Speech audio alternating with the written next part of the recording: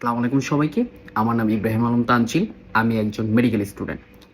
সবাই তো তার অ্যাডমিশনের সফলতার গল্পগুলো শুনছো। যে কিভাবে সে ব্যর্থতা থেকে সফলতার দিকে ধাবিত হয়েছে, কিভাবে সে মেডিকেলে চান্স পেয়েছে। আজকে আমরা একটা ব্যর্থতার গল্প শুনে নিই।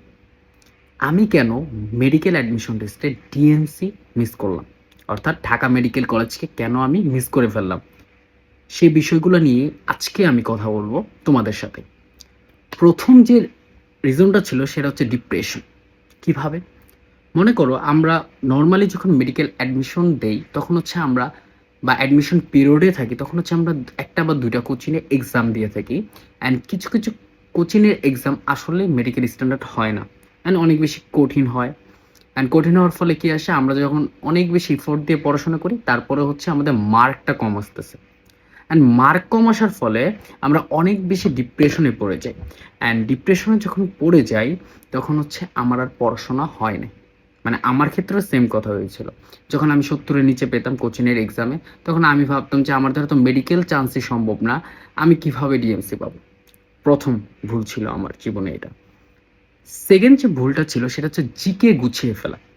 আমাদের প্রচলিত যে কোচিংগুলো রয়েছে এখানে জিকে অনেক বেশি ভাস্ট পড়ানো হয়।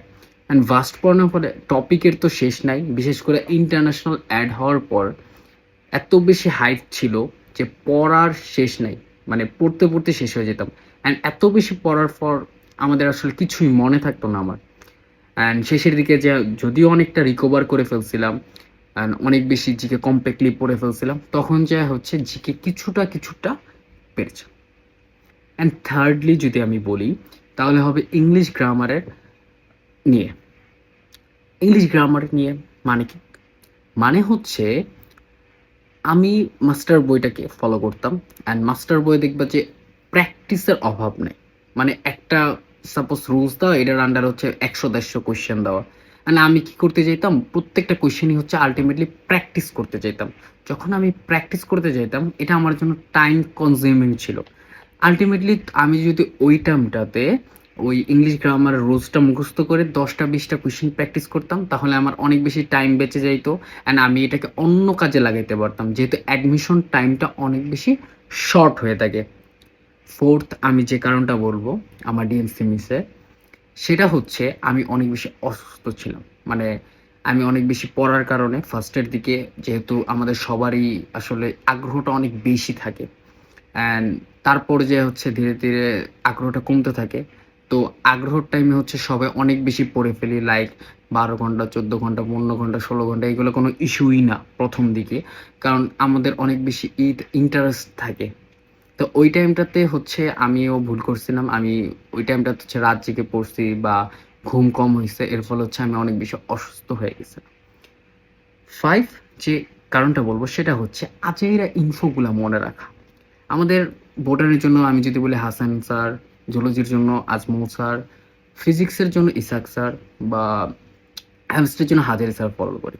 অ্যান্ড আমাদের এইগুলো থেকে কিন্তু অনেক জিস টপিক থেকে পড়া লাগে বা কম্প্যাক্ট টপিক থেকে পড়া লাগে। কিন্তু আমাদের অনেক কোচিংগুলোতে দেখবা যে যেগুলো কখনো অ্যাডমিশনে আসে না বা আসার মতো না, ওই টপিক থেকেও কোশ্চেন দেয়। তখন আমরা কি করি, তখন ওই টপিকগুলো আমরা পড়ার চেষ্টা করি, মনে রাখার চেষ্টা করি। অ্যান্ড মনে রাখার ফলে কি হয় আলটিমেটলি, তখন আমাদের যে মেন ইনফোগুলো যেগুলো আমাদের মনে রাখতেই হবে, ওগুলো হচ্ছে আলটিমেটলি হচ্ছে আমরা ভুলে যাই।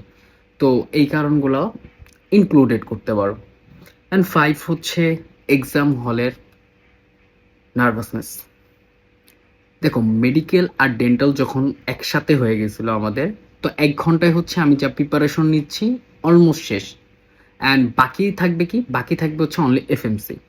তো 1 ঘন্টায় হচ্ছে তুমি তোমার ফিউচারটা শেষ করে দিচ্ছ, বা হয় তুমি জয়ী বা হয় তুমি খই। এই যে একটা প্রেশার, এই প্রেশারটা হচ্ছে আমি অনেক বেশি নিয়ে ফেলছিলাম এক্সাম হলে।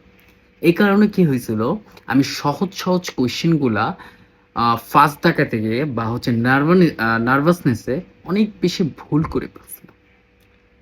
দেন হচ্ছে আমাদের আরেকটা যে কারণ বলবো আমি, সেটা হচ্ছে আলিম স্যার বা এই রিলেটেড যে বইগুলো রয়েছে, এক্সট্রা ইনফো যেটাকে আমরা বলি, আলিম স্যার বা হচ্ছে কবির স্যার বা হচ্ছে তপন স্যারের যে ইনফোগুলা, এগুলো হচ্ছে এক্সট্রা ইনফো নামে আমরা জানি। অ্যান্ড এগুলোতে আমরা যে ভুলগুলো করছিলাম আমি, সেটা হচ্ছে একটু কম ইনফো পড়া, মেইন বই বেশি বেশি বেশি বেশি একদম বেশি বেশি ফোকাস দেওয়া, যাতে আজাইরা ইনফোগুলো মুখস্থ করে ফেলা, ওগুলা থেকে ইম্পর্টেন্ট ইনফোগুলো একটু কম গুরুত্ব দেওয়া, এই কারণেই হচ্ছে আমার ডিএমসি মিস হয়েছে। আর সর্বশেষে আমি বলবো হচ্ছে ভাগ্য, কারণ ভাগ্যে ছিল না ডিএমসি, এই কারণেই হচ্ছে মিস হয়ে গেছে। ধন্যবাদ সবাইকে। তো এই কারণগুলো হচ্ছে আমরা ফলো করার ট্রাই করব, অ্যান্ড ভুল থেকে শিক্ষা নেওয়ার ট্রাই করব, যেহেতু আমি এই ভুলগুলো করছিলাম। এই ভুলগুলো যদি তোমরা না করো তাহলে তোমাদের ডিএমসি ইনশাল্লাহ হয়ে যাবে। বাকিটা আল্লাহর হাতে।